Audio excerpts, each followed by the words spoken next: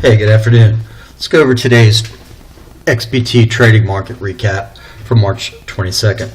We knew in the overnight session that we bounced off against what I've turned into a resistance zone now from 90.70 to 92.90. We came off, responsive sellers stepped in the Globex session and pushed us down into, again, our strong support zone from 87.02 to 87.89. We consolidated there before the open and then drifted down, almost hitting our next support zone at the 84.41 level. Didn't quite reach that.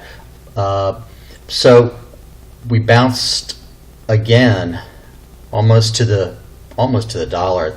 I believe it was 8700, where responsive sellers stepped in again at that zone. So what was our support zone changed to a resistance zone, and that flip-flop happens quite often, especially when you get strong areas of volume points of control that sometimes tend to act as magnets for these for this futures price movement. The range was somewhat mute today.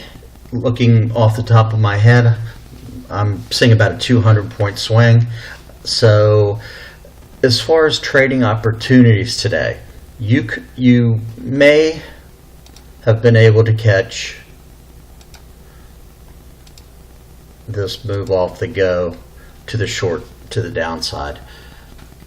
The market, once it came out of this consolidation range here, okay, and it broke down, a short position could have been initiated off the open, especially if we look down here where we see some decent downside volume. Secondly, we could look at potentially putting on a short position at the touch of the 8700 level. That took us down to the close approximately 100 points, 150 points per contract. So not a bad little trade if you're interested in taking that this afternoon. So the two thoughts of today again would be potentially shorting after this consolidation took place for perhaps 200 or so points per contract. We didn't hit our support zone here, so I wouldn't think about taking a long. And